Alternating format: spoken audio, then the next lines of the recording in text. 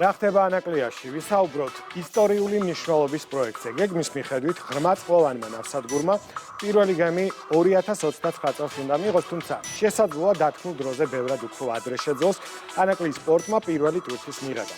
სტრატეგიული მნიშვნელობის პორტის ოპერირება ჯერ კიდევ 2020 წელს უნდა დაწყებულიყო, თუმცა ანაკლის განვითარების კონსორციუმის მიერ ვალდებულებების შეუსრულებლობის გამო მშენებლობის დაწყება რამდენჯერმე გადავარდა.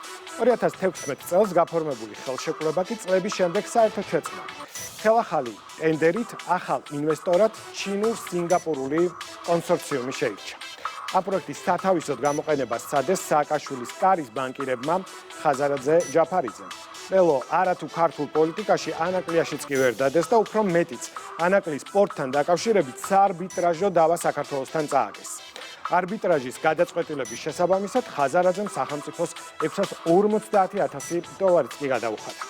ანაკლის ღრმაწყლოვანი ნავსადგური საქართველოსთვის სტრატეგიული პროექტია.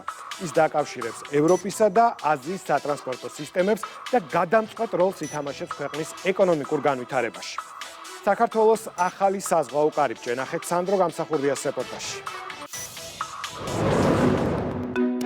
ეს ადგილი რამდენიმე წელიწადში საქართველოს სავიზიტო ბარათი უნდა გახდეს. ანაკლიაში საუკუნის პროექტზე მუშაობა გადამწყვეტ ფაზაში შედის. ღრმაწყლოვანი პორტის მიმდებარე ტერიტორიაზე მოეწყო ინფრასტრუქტურა და ახლა აქ დღეში 120-მდე სატვირთო მანქანა გადაადგილდება. მიმდინარეობს ინერტული მასალის მომარაგება. ზღვაში ჩასაწყობი ქვის ლოდები სხვადასხვა რეგიონში გროვდება. 4 წელიწადზე ნაკლები რჩება იქამდე, სანამ ამ ადგილიდან ანაკლიის პორტში პირველი გემი შემოვა. ისტორიული პროექტის მოსამზადებელი სამუშაოები დასკვნით ეტაპზეა. წინ ახალი ფაზაა სამშენებლო სამუშაოები. მოსამზადებელი სამუშაოების შესრულების ტემპი პროექტის ვადაზე ადრე დასრულების შესაძლებლობას იძლევა. გეოლოგებმა უკვე შეისწავლეს ზღვის ფსკერი. მონაცემები დაამუშავა საერთაშორისო აღიარებულმა დანიურმა კომპანიამ Royal Haskoning DHV. სამშენებლო ტერიტორიაზე უკვე შეიყვანეს კომუნიკაციები. მოეწყო დროებითი სამუშაო სივრცეები. მობილიზაციის ეტაპი აქტიურ ფაზაშია, რაც დაიწყო 2024 წლის 16 სექტემბრიდან და დღემდე აქტიურად მიმდინარეობს.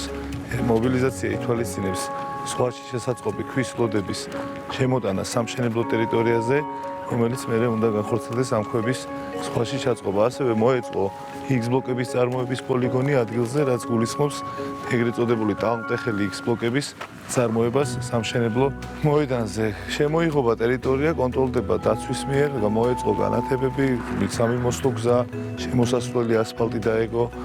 ყოველდღიურ რეჟიმში ქვის დაახლოებით 150 მანქანა შემოდის. სამუშაოების მობილიზაციის ეტაპის ფარგლებში მოგროვება ქვების 50%-ზე მეტი შესრულებულია, დასასრულს უახლოვდება ეგ პროცესის და ჩვენ ვფიქრობთ ზაფხულის თვეში უკვე დავიწყებთ ამ შემოტანილი მასალის ზღვაში ჩაწყობას და წლის ბოლომდე დაახლოებით 500-600 მეტრი შევალთ ზღვაში. მნიშვნელოვანია, რომ პორტის პროექტირება მშენებლობის ტენდერში გამარჯვებული ბელგიური Jan den Nul NV სოფლიოში მაღალი რეპუტაციით სარგებლობს. კომპანია სწორედ საზღვაო სამშენებლო სამუშაოებზეა ორიენტირებული და მონაწილეობდა ისეთ პროექტებში, როგორიცაა პანამის არხის გაფართოვება, სუეცის არხი ეგვიპტეში, ახალი საზღვაო პორტი მაროკოში, ჰამბურგის პორტის დაღრმავება, ხელოვნური კუნძულისა და სანაპიროს შექმნა დუბაიში.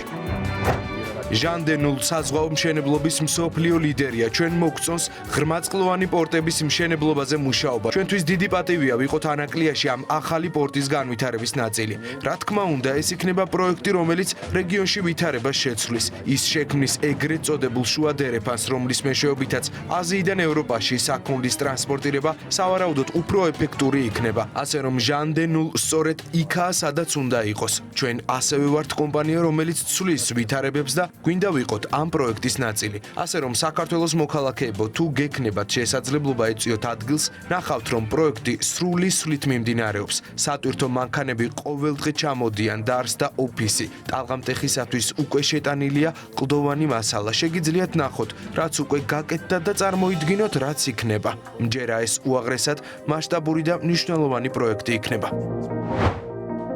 კარგად გვახსოვს, რომ ანაკლიის სპორტის პროექტი თავის დროზე პოლიტიკურ მეზღაპრედ ქცეულ მამუკა ხაზარაძეს უნდა განეხორციელებინა.